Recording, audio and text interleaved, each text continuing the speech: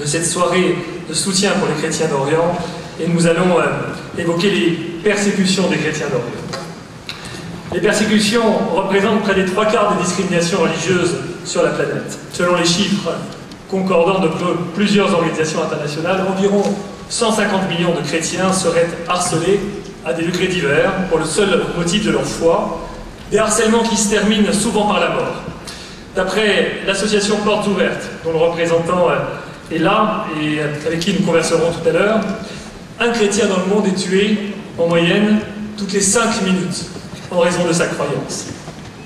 La régression de la situation des chrétiens est particulièrement visible bien sûr au Moyen-Orient, qui est, chacun sait, le berceau du christianisme, et on comprend des communautés depuis une période bien antérieure à l'Europe. À terme, c'est la présence même de chrétiens d'Orient qui est remise en cause. Il y a, à titre d'exemple, déjà plus de Chaldéens réfugiés dans certaines villes de Suède que dans nombre de cités orientales dans lesquelles des générations de leurs ancêtres ont pourtant vécu jusqu'à peu pendant des siècles. Le christianisme, cela a été déjà dit de nombreuses fois, mais j'ai l'impression que cela ne suffira jamais de le répéter. Le christianisme a toute sa légitimité au Moyen-Orient, parce qu'il y est né, tout simplement, et nombre de dirigeants du Moyen-Orient l'ont d'ailleurs compris, même si leurs réponses et leur soutien ont pu tarder.